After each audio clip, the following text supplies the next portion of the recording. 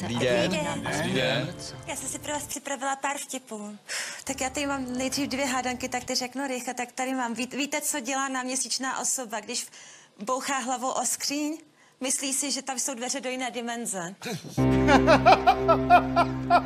A pak tady mám ještě 1 hádanku.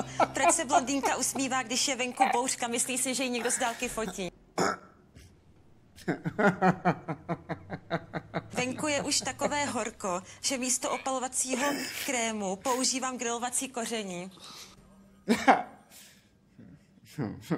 Kočka říká praseti: prase, já znám tvůj osud. Prase odpoví: ty jsi četla můj horoskop. Kočka odpoví: ne, ale kuchařku.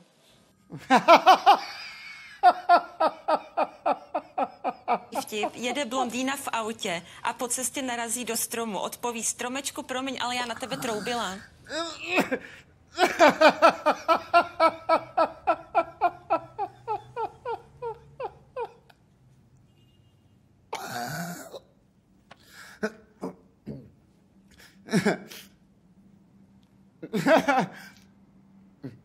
Promiňte, že se směju, jsem nemocný.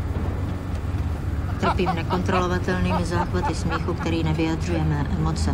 Jde o neurologickou poruchu.